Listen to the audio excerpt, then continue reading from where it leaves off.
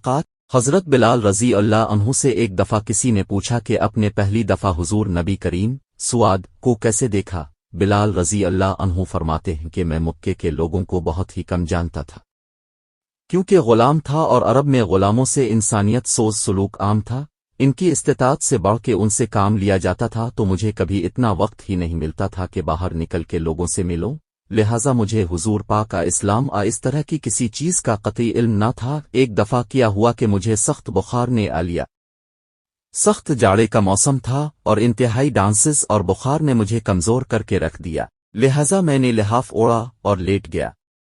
ادھر میرا مالک جو یہ دیکھنے آیا کہ میں جیو پیس رہا ہوں یا نہیں، وہ مجھے لحاف اوڑھ کے لیٹا دیکھ کے آگ بگولا ہو گیا۔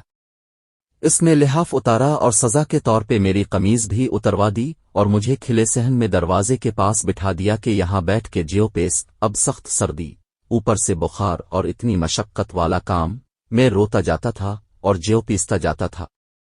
کچھ ہی دیر میں دروازے پہ دستک ہوئی، میں نے اندر آنے کی اجازت دی تو ایک نہایت متین اور پر نور چہرے والا شخص اندر داخل ہوا اور پوچھا کہ جوان کیوں روتے ہو؟ جواب میں نے کہا کہ جاؤ اپنا کام کرو، تمہیں اس سے کیا میں جس وجہ سے بھی روں؟ یہاں پوچھنے والے بہت ہیں لیکن مداوا کوئی نہیں کرتا۔ قصہ مختصر کہ بلال نے حضور کو کافی سخت جملے کہے، حضور صلی اللہ علیہ وآلہ وسلم یہ جملے سن کے چل پڑے۔ جب چل پڑے تو بلال نے کہا کہ بس میں نہ کہتا تھا کہ پوچھتے سب ہیں، مداوا کوئی نہیں کرتا، کہ حضور یہ سن کر بھی چلتے رہے۔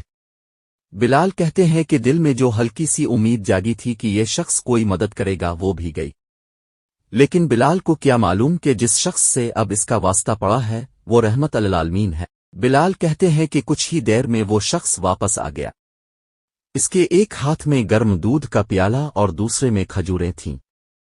اس نے وہ کھجوریں اور دودھ مجھے دیا اور کہا کھاؤ پیو اور جا کے سو جاؤ۔ میں نے کہا تو یہ جیو کون پیسے گا؟ نہ پسی تو مالک صبح بہت مارے گا۔ اس نے کہا تم سو جاؤ، یہ پسے ہوئے مجھ سے لے لینا۔ بلال سو گئے اور حضور نے ساری رات ایک اجنبی حبشی غلام کے لیے چکی پیسی، صبح بلال کو پسے ہوئے جو دیے اور چلے گئے۔ دوسری رات پھر ایسا ہی ہوا، دودھ اور دوا بلال کو دی اور ساری رات چکی پیسی۔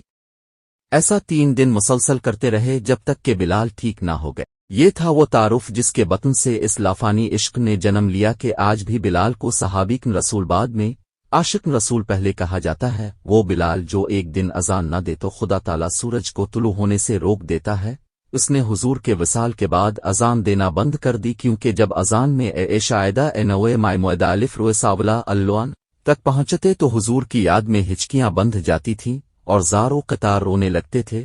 اثار اور اخوت کا یہ جذبہ اتنا طاقتور ہے، اللہ ہم سب کو عمل کی توفیق عطا فرمائے۔